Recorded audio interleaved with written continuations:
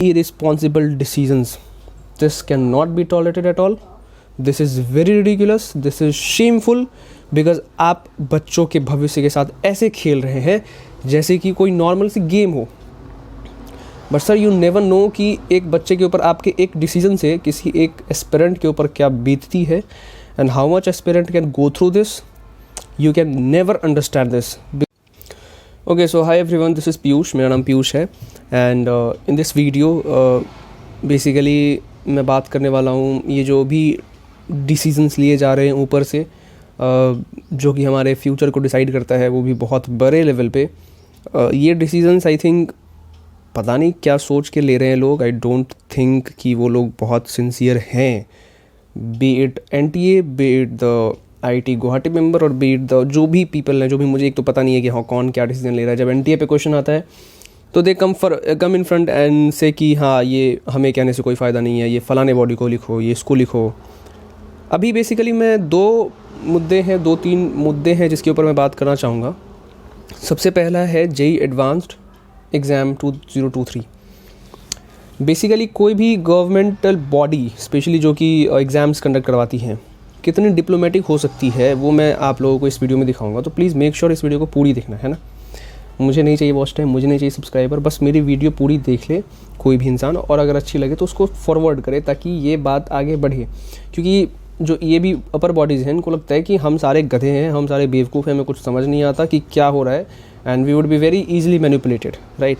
तो देखो यहाँ पे एक लाइन लिखी हुई है, candidates who had appeared in class 12th examination for the first time in 2021 और अर्लियर, यानी कि जो भी बच्चे 12वीं की परीक्षा जिन्होंने पहली बार या तो 2021 या तो 2020, 19 जो भी है. सो बेसिकली 2021 वाले बच्चों के लिए और 2020 वाले बच्चों के लिए ये जो 2 साल हैं ना 2020 और 2021, सबको पता है कि these 2 years were the most COVID prone years of the decade obviously, है ना. सबसे पहले 2020 मार्च से सब कुछ शुरू हुआ एंड 2021 में भी अगस्त सितंबर तक ये चीज़ें चली थी अगर मैं गलत नहीं हूँ तो. अब एक रूल इन्होंने निकाला था 2022 JEE एडवांस्ड में कि इन्होंने एक रूल निकाला था, सबको पता होगा कि इन्होंने एक अटेम्प्ट अलाउ किया था. Basically not extra attempt but जो मिस्ड अटेम्प्ट था ड्यू टू कोविड. जो 2020 वाले बच्चे थे सबको पता है वो चीज़. उन्होंने 2020 में 12वीं की परीक्षा दी थी तो उनका एक एडवांस तो 2020 में बनता है, दूसरा एडवांस बनता है 2021 में, राइट. उसके बाद कोई एडवांस नहीं बनता. लेकिन चूँकि 2020 कोविड प्रॉन लाइक ईयर था उस साल, मतलब कोविड बहुत ज़्यादा रैपिडली ग्रो कर रही थी उस साल, जो कि सही भी है. आई am not denying the fact, बहुत क्योस हुआ था.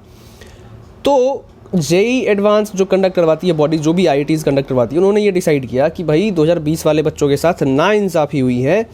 उनको कोविड की वजह से अपना JEE एडवांस का अटेम्प्ट वो नहीं दे पाए किसी भी रीज़न से, तो उनको जो बच्चे नहीं दे पाए, एक दोनों में से कोई भी एक अटेम्प्ट जिनका मिस हो गया है, उनको हम 2022 में अलाउ करते हैं कि वो JEE एडवांस दे सकते हैं. ठीक है, अब क्या क्राइटेरिया थी वो अलग बात है, बट उन्होंने अलाउ किया था. क्यों, क्या बोल के, याद रखना, ये बोल के कि JEE एडवांस्ड जो है उन्होंने ये बोला था कि 2020 में कोविड था, राइट. अब मेरी बात सुनो, क्या ये is this a hidden fact कि 2021 में कोविड नहीं थी? मतलब जितना क्योस आई थिंक 2021 में हुआ शायद ही 2022 में हुआ था, 2020 में हुआ था, बिकॉज 2020 में first wave and the second wave was very strong, right. तो मुझे एक चीज़ कहीं से समझ नहीं आ रही कि इन्होंने जो बोला है साफ साफ कि जो बच्चे 12वीं 2021 में जिन्होंने दिया है वो एलिजिबल नहीं है JEE एडवांस में देने के लिए. सर आपने क्या रीज़न स्पेसिफाई किया इसके पीछे? क्या आपको नहीं लगता कि 2021 वाले बच्चे कोविड में नहीं थे? Even I was the example. मेरा centre of JEE mains, advance की मैं बात भी नहीं कर रहा हूँ, JEE मेंस मेरा सेंटर जो है वो मेरे घर से 208 किलोमीटर दूर डाला गया, 208 किलोमीटर दूर.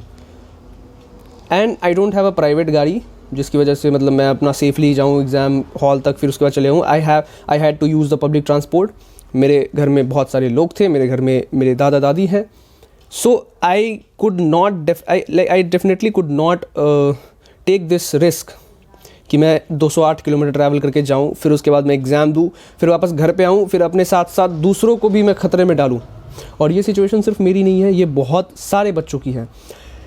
रीज़न क्या निकला ना देने का? कोविड।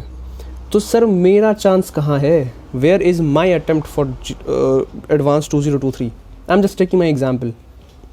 ऐसे बहुत सारे बच्चे हैं। तो sir you will have to answer this question कि जब आपने 2020 वालों को कोविड के नाम पे 2022 में जो कि उनका मिस्ड अटेम्प्ट आपने दिया, अलाउ किया देने के लिए, तो 2021 वाले बच्चे क्या मतलब बहुत सही से थे या उस साल कोविड नहीं थी क्या? डिप्लोमेसी की एक हद होती है जो कि आप लोगों ने क्रॉस कर दी है। प्लीज़ प्लीज़ इस पॉइंट पे आप ध्यान दीजिए, वरना नहीं अगर ध्यान देना है तो कोई बात नहीं सर, आपकी इतनी वो नहीं है कि आप किसी के भी फ्यूचर को डिसाइड कर दें। एक पॉइंट ऑफ टाइम के लिए आप डिसाइड कर सकते हैं, बट लॉन्ग रन में you are nobody to decide anybody's future, okay? तो बट इससे ये दिखता है कि आप लोग कितने responsibly you guys take decisions. I mean this is really ridiculous, right? अभी now let's come to the point कि डेट्स को लेके मैं बता देता हूँ।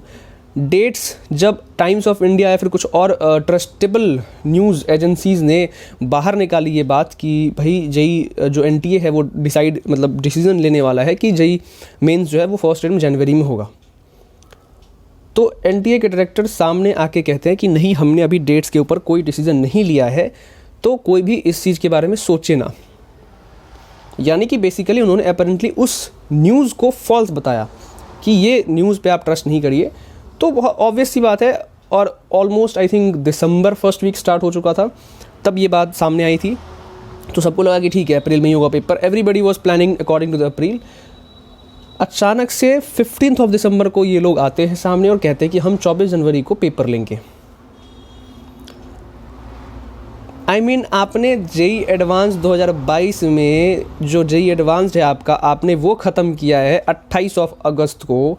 जो प्रॉपर ड्रॉपर्स हैं, बहुत सारे बच्चे जिन्होंने सितंबर से अपनी पढ़ाई स्टार्ट करी है, आप एक बार उनका सोच के देखिए कि उनको कितने महीने टाइम मिले। एटलीस्ट 6 महीने भी मिले क्या? सितंबर, अक्टूबर, नवंबर, दिसंबर, जनवरी, 5 महीने भी ढंग से नहीं मिले, ठीक है? तो एक तो सबसे बड़ी नाइंसाफ़ी ये है। अगर आपको जनवरी में ही कंडक्ट करवाना था तो पहली बात तो वो स्टेटमेंट नहीं देनी थी कि जो आपने दिया है कि ये सारे न्यूज़ पे अभी ट्रस्ट नहीं करने के लिए हमने कोई डिसीजन नहीं लिया है, या नहीं तो आपको नवंबर में ये चीज़ डिक्लेयर करनी चाहिए थी ताकि हम 2 महीने पहले थोड़े सचेत हो जाते और हमें थोड़ा सा टाइम भी मिलता कि हाँ थोड़े हम संभल के अपना एग्ज़ाम के लिए प्रिपरेशन कर दे। लेकिन नहीं, आपने 15 दिसंबर को बोला। वो तो चलो हम थैंकफुल हैं कि आपने 15 दिसंबर को बता दिया, वरना कोई बड़ी बात नहीं थी कि आप 1 जनवरी को आते और कहते कि भाई हम 24 जनवरी से पेपर ले रहे हैं। द वे एनटीएज जो अपने डिसीजंस ले रहे हैं पिछले 2-3 सालों से, वो बहुत ही ज़्यादा सरप्राइजिंग है और शॉकिंग है। लेकिन वही है कि जो गलत है वो गलत है, and I will definitely raise the voice against it. चाहे कुछ भी हो, गलत हो, तो चाहे कितनी भी बड़ी बॉडी हो, अगर ये if it is related to our future, I am not going to tolerate it and at any cost. दूसरी बात, 75% क्राइटेरिया इम्प्रूवमेंट का फॉर्म आई थिंक अक्टूबर में निकल गया, और ये लोग दिसंबर में आके कहते हैं कि 75% क्राइटेरिया इज़ फॉर ऑल। जो बच्चे इस बार 2022 में जिन्होंने पेपर दिया है, जिनके 75% से कम नंबर आए हैं, अगर आपने पहले बताया होता वो इम्प्रूवमेंट का फॉर्म भर के अगले साल इम्प्रूव कर जाते हैं नंबर में, लेकिन आपने वो भी नहीं, उसका भी मौका नहीं दिया, और अब तक आपने जवाब भी नहीं दिया इसके ऊपर। इतने सारे irresponsible decisions, this can not be tolerated at all. This is very ridiculous, this is shameful, because आप बच्चों के भविष्य के साथ ऐसे खेल रहे हैं जैसे कि कोई नॉर्मल सी गेम हो। But sir you never know कि एक बच्चे के ऊपर आपके एक डिसीजन से किसी एक एस्पिरेंट के ऊपर क्या बीतती है, and how much aspirant can go through this, you can never understand this. Anyways, these things जो कि मैंने हाईलाइट की हैं ये बहुत इंपॉर्टेंट है, and I want everybody of you जो भी ये वीडियो देख रहा है, प्लीज़ शेयर करो this video, this thought, because ये कुछ पॉइंट है जो कि हिडन हो रही है, स्पेशली जेईई एडवांस 2021 वाला। ये तो ऐसे गायब हो गया कि कोई फ़र्क ही नहीं पड़ता किसी को, एंड हम तो बहुत ही मज़े में थे 2021 वाले बच्चे। This is very wrong. हमारा बोर्ड्स एग्ज़ाम कैंसिल हो गया था उस साल, इतनी इंटेंसिटी थी कोविड की, जो कि कभी नहीं हुआ था in the history of I think 50-60 years. पहली बार बोर्ड्स एग्ज़ाम कैंसिल कर दिए गए, रीज़न कोविड। तो फिर हमारा मिस्ड अटेम्प्ट कहाँ गया सर? हमें तो मिलना चाहिए। Please think about it, and thank you so much please इस वीडियो को थोड़ा सा आगे बढ़ा दें ऐसे शेयर का बटन दबा के, ताकि ये वीडियो बहुत सारे लोगों तक पहुँचे। खुशी होगी अगर ये बात ऊपर तक पहुँचती है तो। बहुत बहुत धन्यवाद। Thank you so much.